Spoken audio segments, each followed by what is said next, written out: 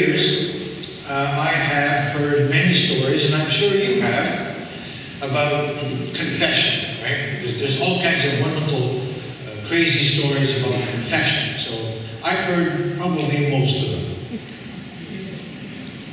However, there's one that is my favorite, and since I like you, I'm going to share it with you. All right.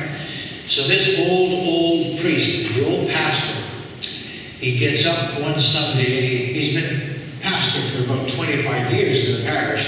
And he said to the people, I've been pastor here for over 20 years, and I have to tell some of you that I've had it up to here with you, because some of you, when you come to confession, if you come in and you say you committed adultery. He said, I don't like the sound of that word, adultery. He said, from here on in, I forbid you to even say the word adultery. Don't say it ever again in my presence. So when you come to confession, don't say you committed adultery. Say something else. Oh, I don't know. He said, just say you tripped on the sidewalk, but I'll know what you mean. But don't say the word you committed adultery. I don't like that word. 5 years, that's what the people did. They said, bless me, Father, I tripped on the sidewalk once. The old priest dies, and he's replaced with a new priest, a young priest. Nobody tells the young priest about the code. So every so often, someone would come in and say, bless me, Father, I tripped on the sidewalk once or twice. And after about 6 months in the parish, the young priest said to himself, the sidewalks in this town must be in bad shape. There's an awful lot of people who seem to be tripping. And so he went out for a walk, and as he's walking around, who should he see but the mayor? He said, just the guy I want to talk to. Mr. Mayor, come here. I've been meaning to talk to you about the state of the sidewalks in the town. They're in bad shape. You need to fix them because there's an awful lot of people tripping on the sidewalk. And the mayor, of course, realizes that no one's told the young priest about the code. So the mayor starts to laugh. The young priest says, I wouldn't laugh if I were you. He said, your wife tripped 3 times.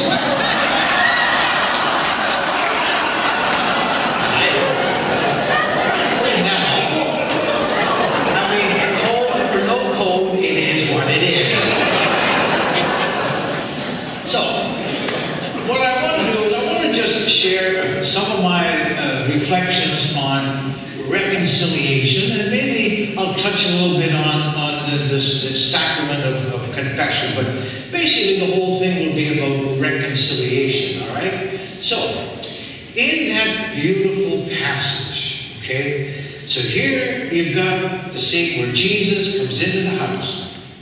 He's sitting at the table, and the story, remember, a woman who's got a terrible reputation in the town. We don't know what it is. Maybe she's been tripping all over the place too. But she finds out that Jesus is having a meal in that house.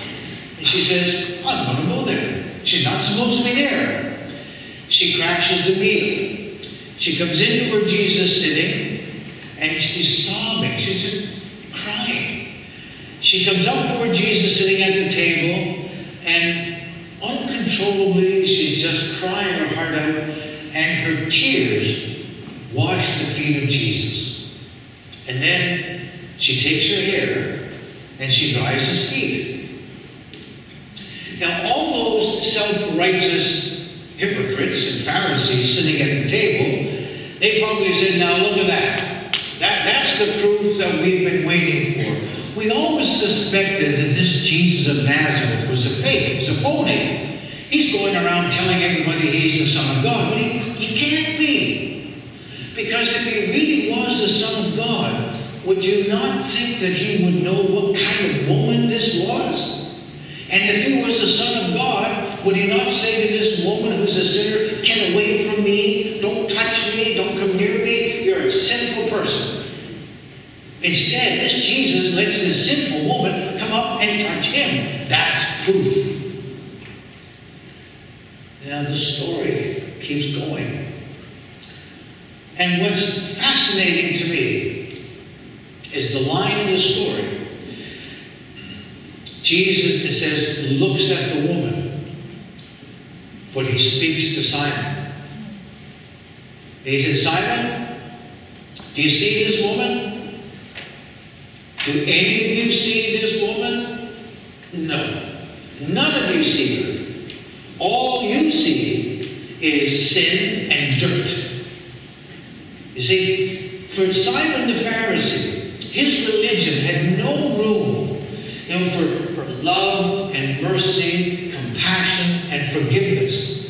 Simon's heart was as cold as stone, probably as cold as the stone that would one day mark his own grave.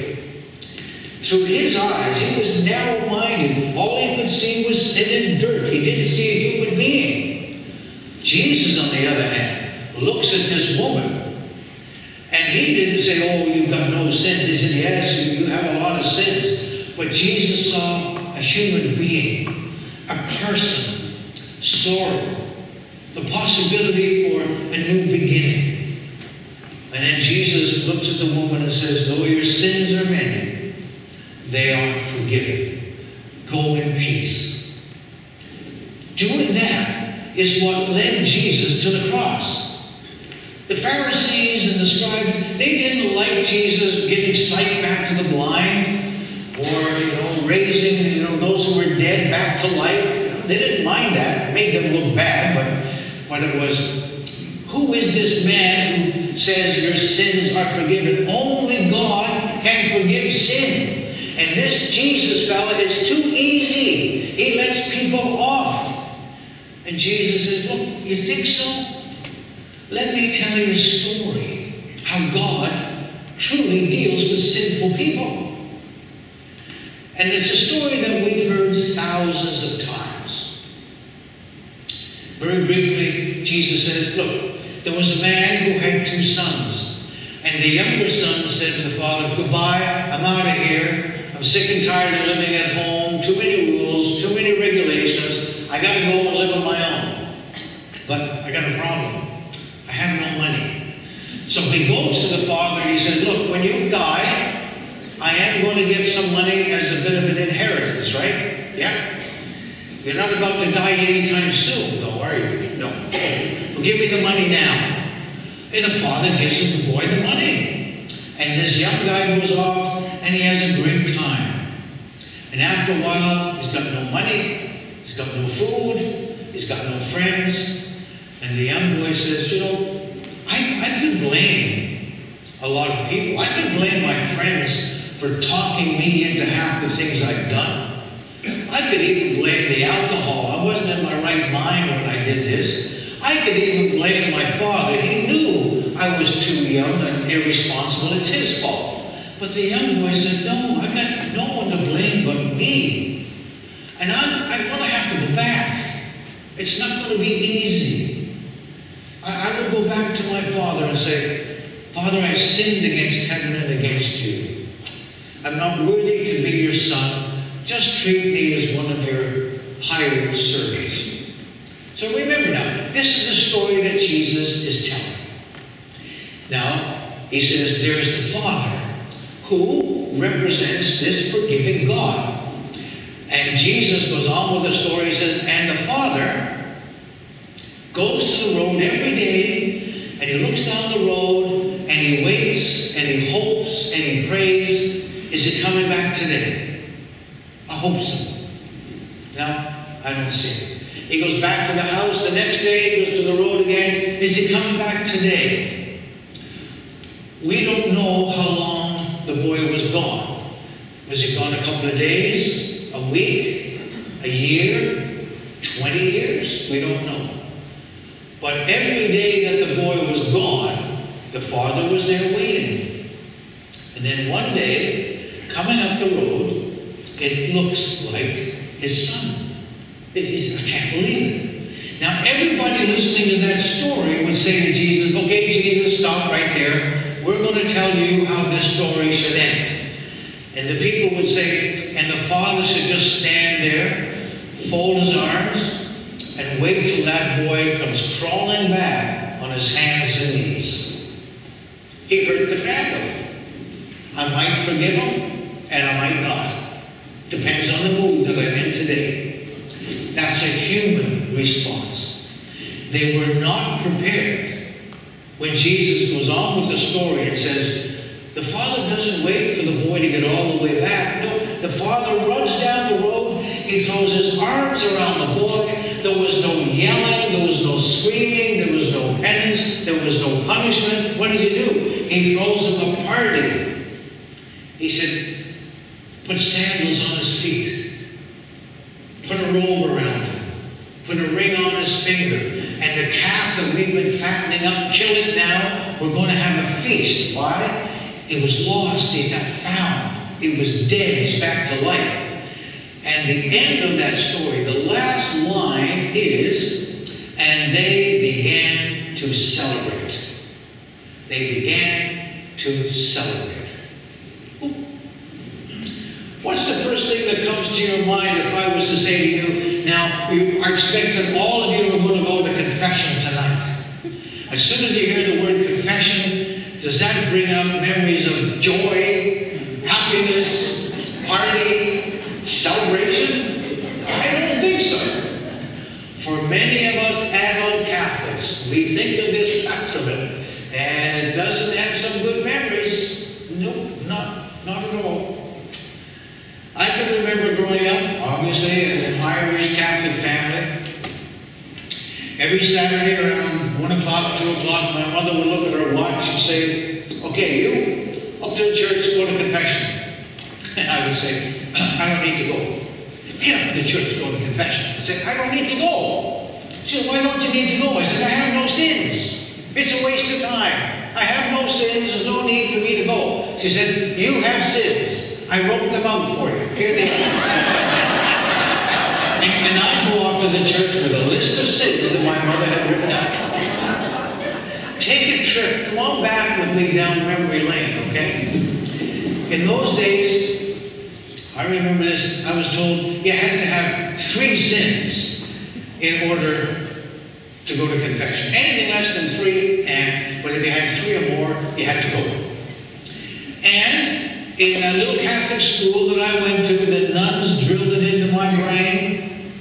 You have to tell everything. You can't leave anything out. And they gave me an example. Now this is going back 50, 60 years. They said, now, Mr. O'Reilly, when you go to confession, it's not enough. You can't just go into the priest and say you stole a rope. No. You have to tell the priest that there was a horse on the other end.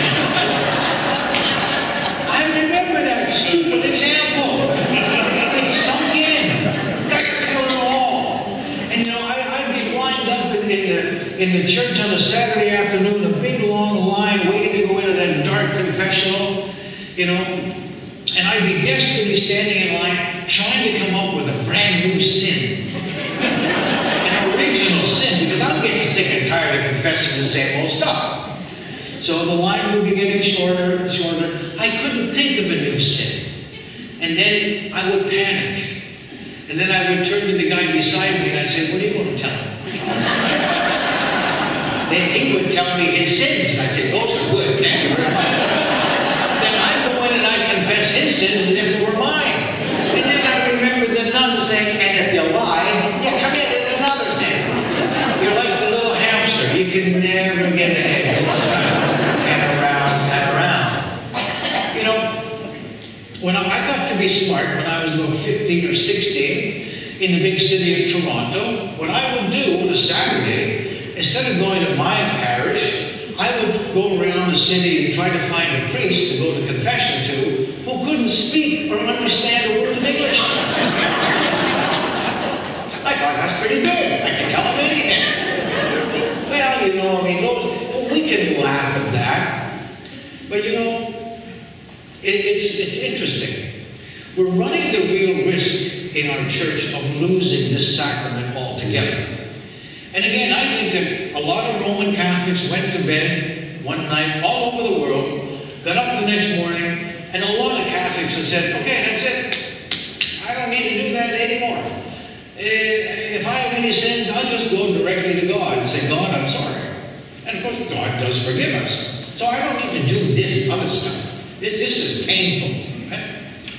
Well, we all have these memories of this sacrament. And you know, I love to hear children's confessions. I'm sure every priest does, but the kids just give me a laugh. And you know, the kids are so nervous when they celebrate this sacrament, and they got all the prayers that the teachers taught them to say, and of course they get it all mixed up, they forget them. And I'm sure I've heard this, and every priest has heard this over the years. These little innocents will come in and they'll say things like, "Bless me, Father, have I sinned? I detest Almighty God and you too, Father.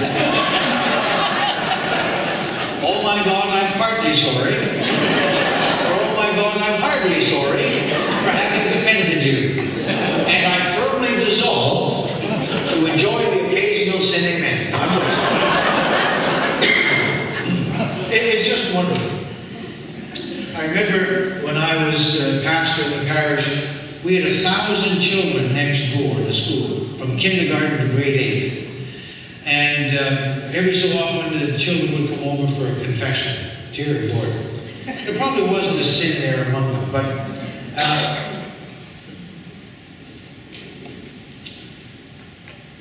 you'd be sitting in the confessional, and you'd be opening up this side, right? So I opened up one side, and it was dark in there, and I knew somebody was in there, I just couldn't see. So I just said, "Hello?" Silence. I said, "Anything you'd like to tell God you're sorry for?" Silence. Then I said, "Are you scared?" And the fellow said, "No, are you?"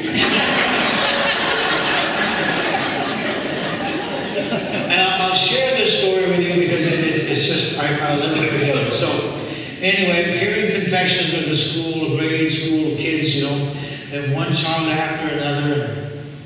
And finally, I opened up, finished with one child, I opened up here, and when children get nervous, their voice starts to quiver. And all I heard from the other side was, "Father." "Yes?" "What is it you want to tell God you're sorry for?" "Father." "Yes." "I have to pee." And before I could say anything else, I hear, "Father." I said, "You peed."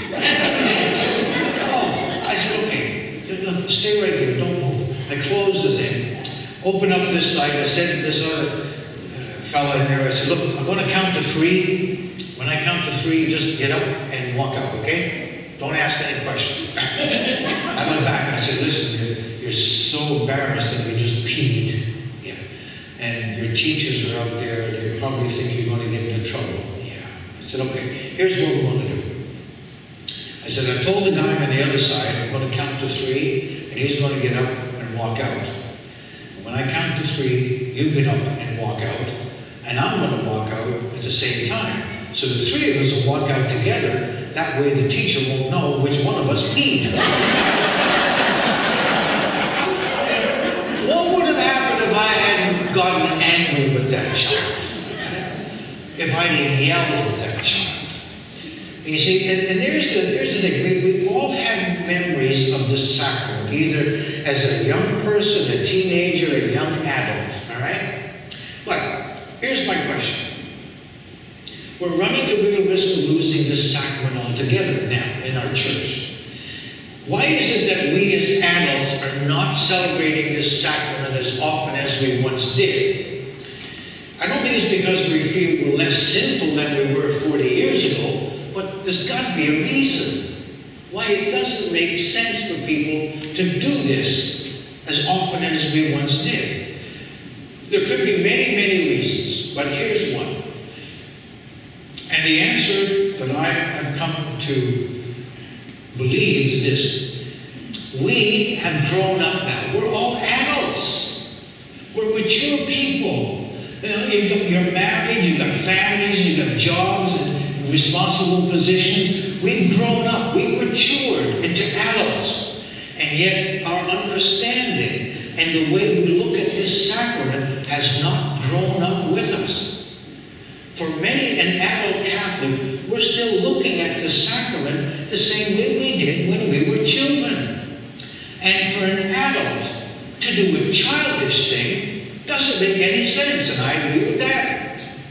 Let me tell you, I'm a priest now for a long time, and I've heard a lot of confessions, and I've heard some strange things from adults. Bless me, Father, for I've sinned. It's been a long time since I've been here, so you might as well just check me off for one of each. One of each what? I've heard that. I've heard this, bless me, Father, for I've sinned. None of the first, one of the second, two of the third, one of the fourth, none of the fifth, five of the sixth. Wait. What are you doing? Those are the commandments. Bless me, Father, for I've sinned, chewed gum in church, disobeyed my mother and father. How old are you? 62. Don't do that! You did that when you were 9 or 10 or 11, but not 62. We're older now. We have to look at this sacrament in a grown-up, more mature way in order for it to make sense today. So, what way do we have to look at it? All right. Let's go back to the story that Jesus told about the young boy, taken off, the father, but there's somebody else in the story. Never gets a lot of attention. I remember in a classroom of children one time, they read the story of the prodigal son, and I happened to say to the class, I said, after listening to that story now, I said, who was not really happy to see the young boy come back home? Okay, so the fatted calf one.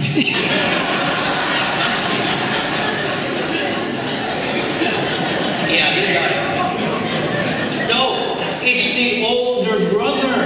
Oh, you see, he never gets a lot of attention. He's there. He never left the farm. He's done everything that the father's asked him to do. But all the time that this older brother is there at the house, he's angry. He's bitter, he's filled with resentment, but he doesn't say anything, he just pushes it down. Then he goes out to work in the field.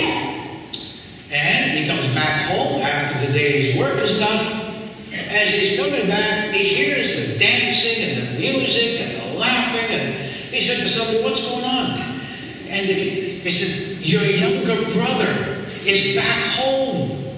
He's come back. And your father is so happy, he's throwing him a party.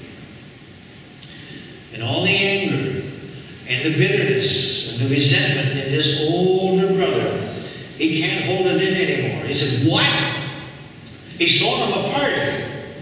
That's not right. That's not fair. He left. I didn't. He's never thrown me a party. That's not right. And the father comes out and says, come on in, join the celebration. And the older brother said, I can't, I won't, I'm too angry. Whoa. Why does Jesus tell that story? Did he just pluck it out of his brain? No. He tells the story because it's a story of families, relationships, broken relationships, and healed relationships. This is where our adult sinfulness lies now. Okay?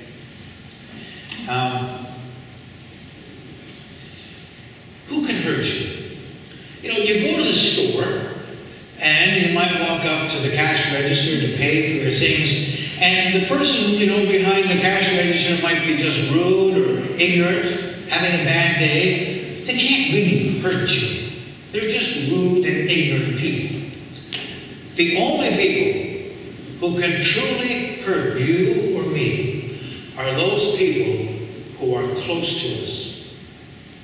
And when we're hurt by someone close, that hurt goes deep and it goes right to the bone, and it doesn't heal with the sun coming up the next day.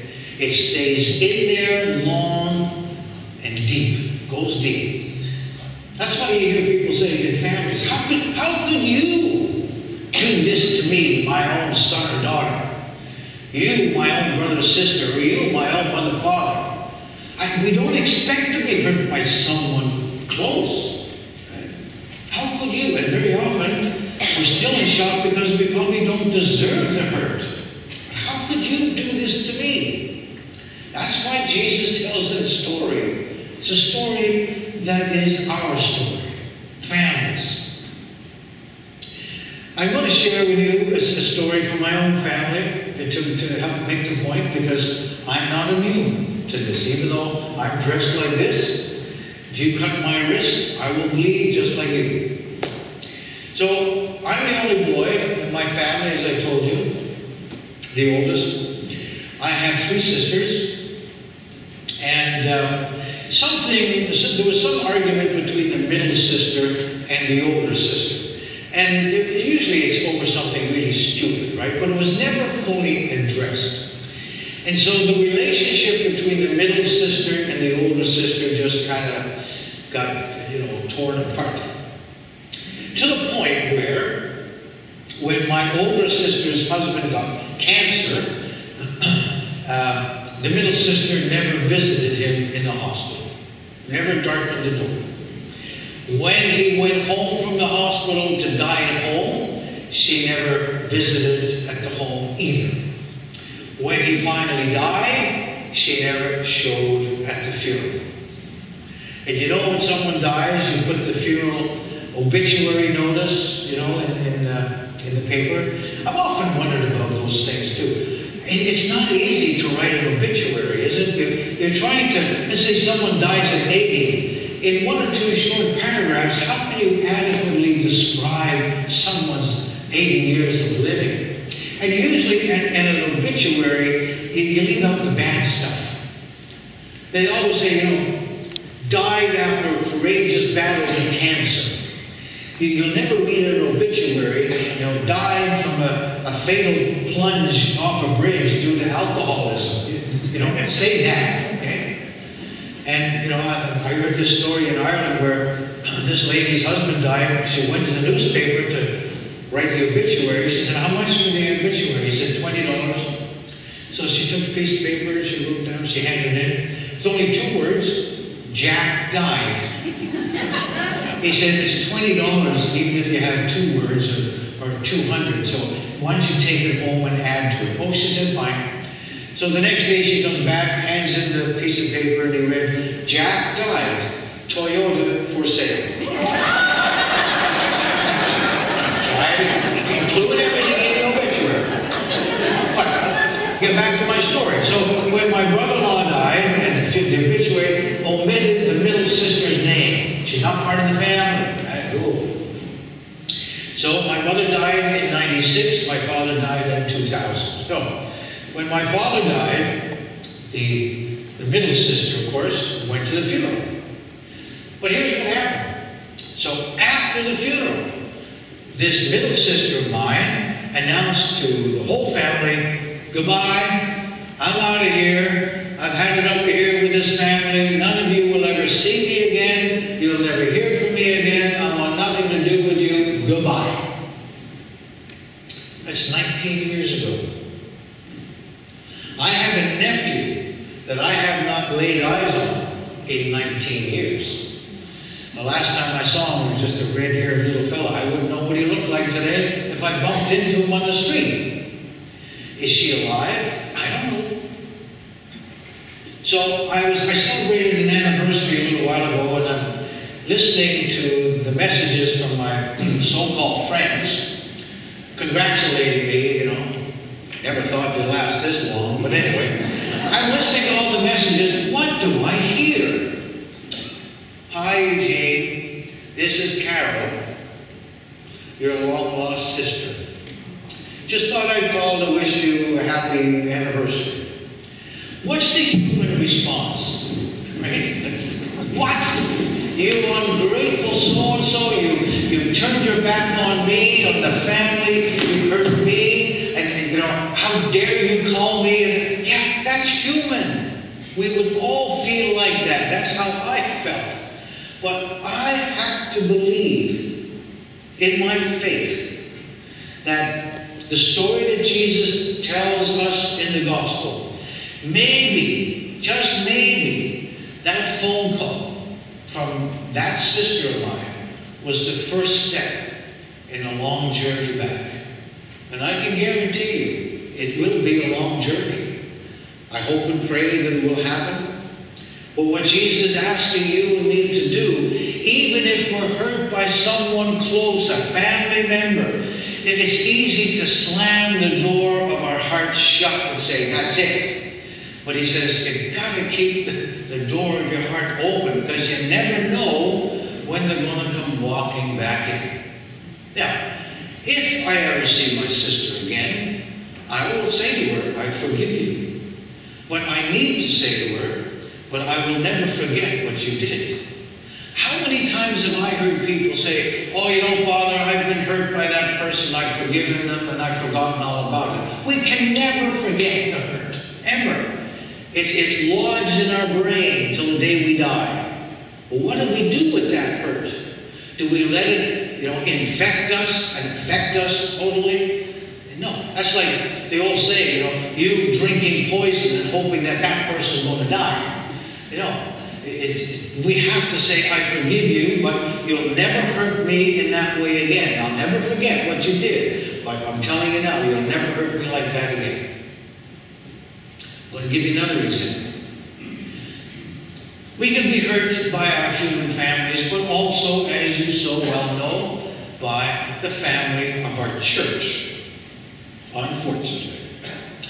And it doesn't matter. I mean, today you just read constantly terrible acts of, physical and sexual abuse of innocent children. It's just heartbreaking. But we can be, hurt by our church in that way.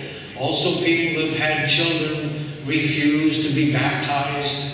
The church refused to marry couples or even bury couples.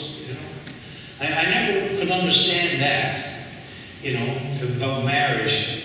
You'd have a non-Catholic and a Catholic, and let's say they were married in the Catholic Church, but years ago, neither one of them could be buried in the same plot of ground. That's just crazy, and certainly not Christian, in my opinion.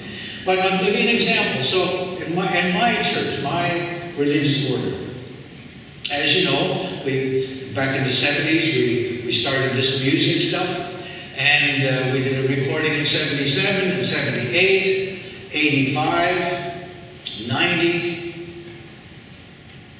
And so after the 1990 recording, we invited all of our families and friends to come to the studio to listen to what we'd finally done, worked hard on all this music, and we had wine and cheese, and we listened to the music for the first time.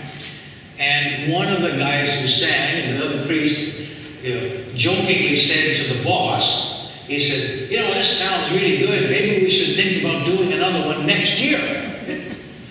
And the boss said to everybody, publicly, pointing to me, he said, O'Reilly is one of those people that thinks that presence is a sign of commitment. Well, I did. If you're here, then you're committed. Basically what he was saying was, just because I'm here doesn't mean I agree with this or I approve it. Well, you could have taken a knife and just shoved it into my heart. And I said, that's it.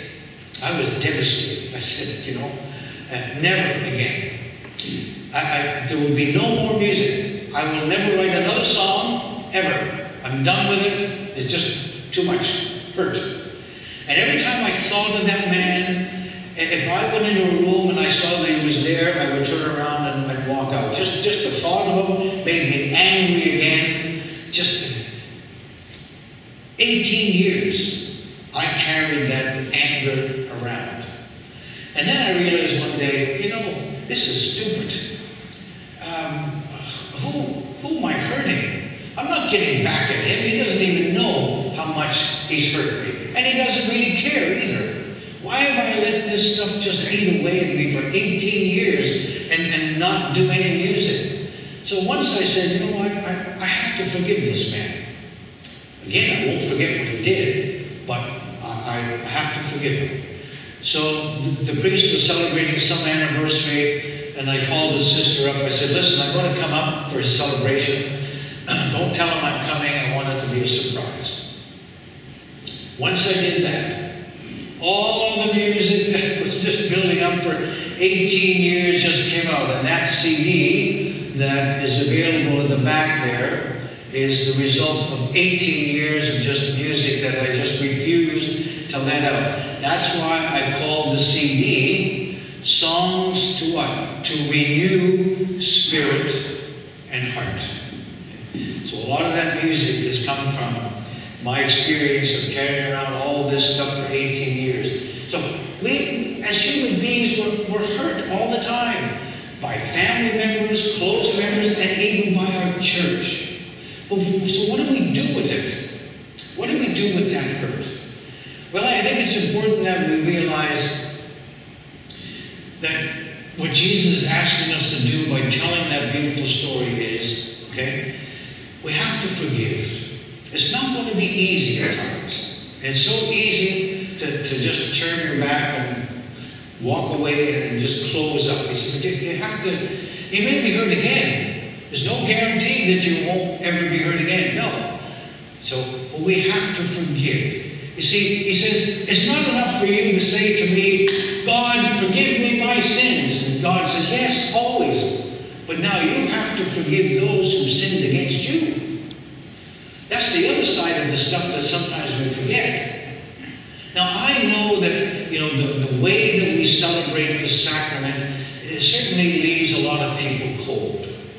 Because, as I said earlier on, maybe a bad experience as a young person, maybe the priest yelled at someone, or as a teenager trying to find your way in life, the priest asked too many embarrassing questions, never again.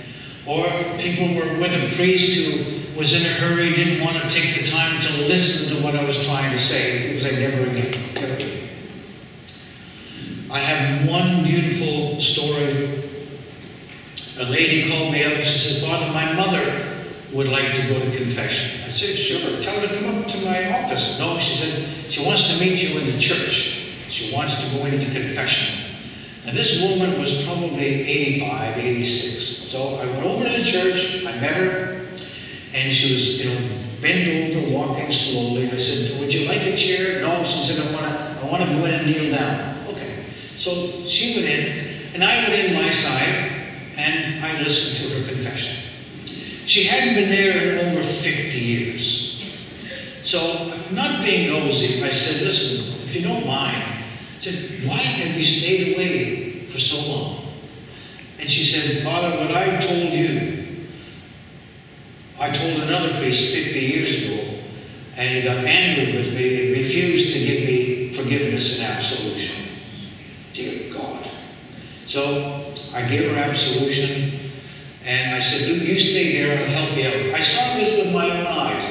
She went into that confessional, bent over, walking slow.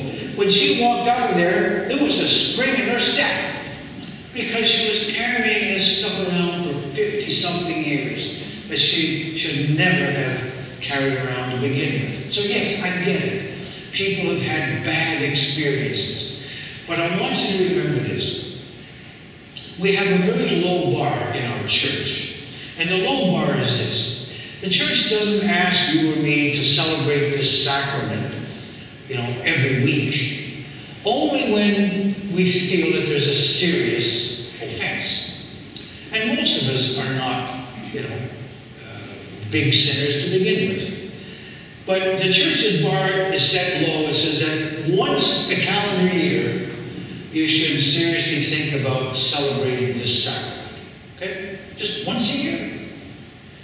And that's what we used to call, remember, our Easter duty. That's all it meant, was that once a year, think seriously of celebrating this sacrament. Okay? So it's a very low bar.